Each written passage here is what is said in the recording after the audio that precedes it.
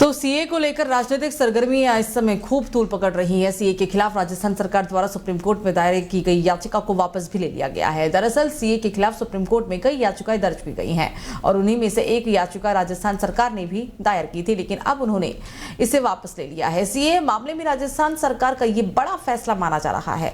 राजस्थान सरकार के additional advocate general Shiv मंगल शर्मा की तरफ से सीए के खिलाफ दाखिल याचिका को वापस लेने के लिए सुप्रीम कोर्ट में अर्जी दी गई। केंद्र सरकार ने 11 मार्च को नागरिकता संशोधन कानून यानी कि सीए का नोटिफिकेशन जारी किया था और अब ये कानून देश भर में लागू हो गया है। आपको बता दें कि सीए से पाकिस्तान, बांग्लादेश और अफगानिस्तान से आए गैर मुस्लिम शरणार्थियों को भारत की नागरिकता मिलने का रास्ता साफ हो गया है। संसद ने सीए पर 11 दिसंबर 2019 को मुहर लगा दी थी और करीब 4 साल बाद इसे लागू भी किया गया।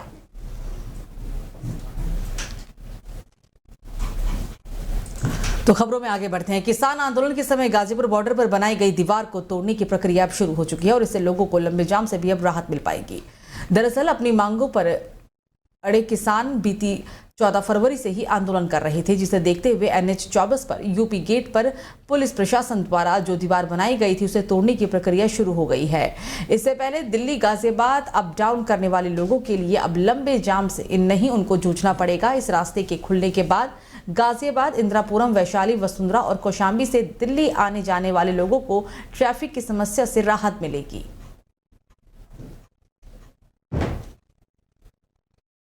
लोकसभा चुनाव को लेकर सभी पार्टियों ने तैयारियां जोरों शोरों से शुरू कर दी है। बीजेपी लगातार अपना कुनबा बढ़ाने में लगी हुई है और कर्नाटक में आगामी लोकसभा चुनाव के लिए इसी बीच बीजेपी का जेडीएस से सीटों के बंटवारे पर विवाद अब सुलझ गया है। सूत्रों की माने तो कोलार सीट से भी जेडीएस को ये दोनों ही सीट दी जाएगी। बीजेपी जेडीएस को मांड्या और हासन के साथ कोलार सीट भी दे सकती है। जेडीएस 3 से ज्यादा सीटों पर दावा कर रही थी। वहीं इस तरह बीजेपी ने जेडीएस को 3 सीटें दे दी है। बेंगलुरु ग्रामीण पर देवेगौड़ा के दामाद को बीजेपी ने अपना उम्मीदवार बनाया है। आगामी लोकसभा चुनाव में क्षेत्रीय पार्टी 3 सीट मांड्या, हासन और कोलार पर चुनाव लड़ सकती है। दोनों दलों के बीच हुए समझौते के अनुसार प्रसिद्ध हृदय शल्य चिकित्सक और देवेगौड़ा के दामाद डॉक्टर CN मंजुनाथ को बीजेपी के टिकट से बेंगलुरु ग्रामीण से मैदान में उतारा गया है।